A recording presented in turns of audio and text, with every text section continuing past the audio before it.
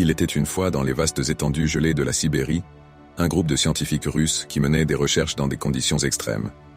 Ils étudiaient les effets du changement climatique sur l'environnement de la région, lorsque quelque chose d'extraordinaire se produisit. Alors qu'ils effectuaient des forages dans la glace millénaire, les scientifiques découvrirent une étrange structure enterrée profondément sous la surface gelée.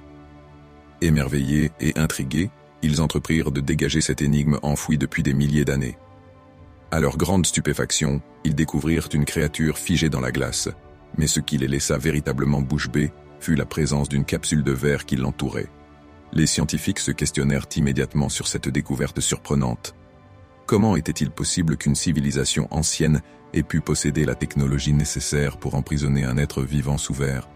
Le mystère était captivant, et ils savaient qu'ils devaient ramener cette créature sous capsule en laboratoire pour l'étudier de plus près. Cependant, lorsqu'ils essayèrent d'ouvrir la capsule de verre, ils rencontrèrent un obstacle insurmontable. Incapables de percer ce mystère, ils décidèrent de la perforer. Soudain, un étrange gaz bleu s'échappa de la capsule, provoquant chez certains scientifiques des malaises, des nausées et des vomissements. L'alerte fut rapidement donnée, et le site de la découverte fut mis en alerte maximum. Malheureusement, la situation se dégrada rapidement lorsque les scientifiques commencèrent à succomber un par un. Ils réalisèrent rapidement qu'ils étaient en présence d'un virus extrêmement contagieux et mortel. La panique s'empara du laboratoire et il fut mis en quarantaine de toute urgence. Malheureusement, le virus se multipliait à une vitesse fulgurante. Les machines du laboratoire commencèrent à dysfonctionner et provoquèrent un incendie dévastateur. Les services de sécurité et de sauvetage accoururent sur les lieux, mais eux aussi furent rapidement affectés par le mal étrange. Les pompiers, tentant désespérément d'éteindre le feu avec leurs lances à eau, furent également touchés. Les fluides noirs qui s'échappèrent du laboratoire se dirigèrent vers la rivière voisine, propageant la contamination à grande échelle. Le virus se répandit à travers les courants de la rivière, pénétra dans les nappes phréatiques et s'étendit jusqu'en ville. Des millions de personnes succombèrent à ce mal mystérieux et inconnu. Les experts militaires spécialisés en NBC, nucléaire, biologique, chimique, furent mobilisés pour tenter de contenir la catastrophe. Malheureusement, ils se rendirent compte que le virus était en constante mutation, rendant toutes leurs tentatives de trouver une solution inefficace.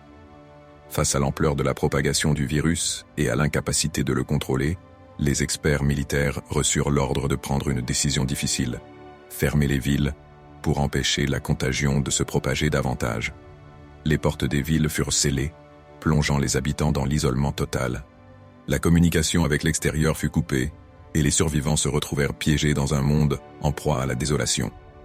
Les rues, autrefois animées, étaient désormais silencieuses et abandonnées.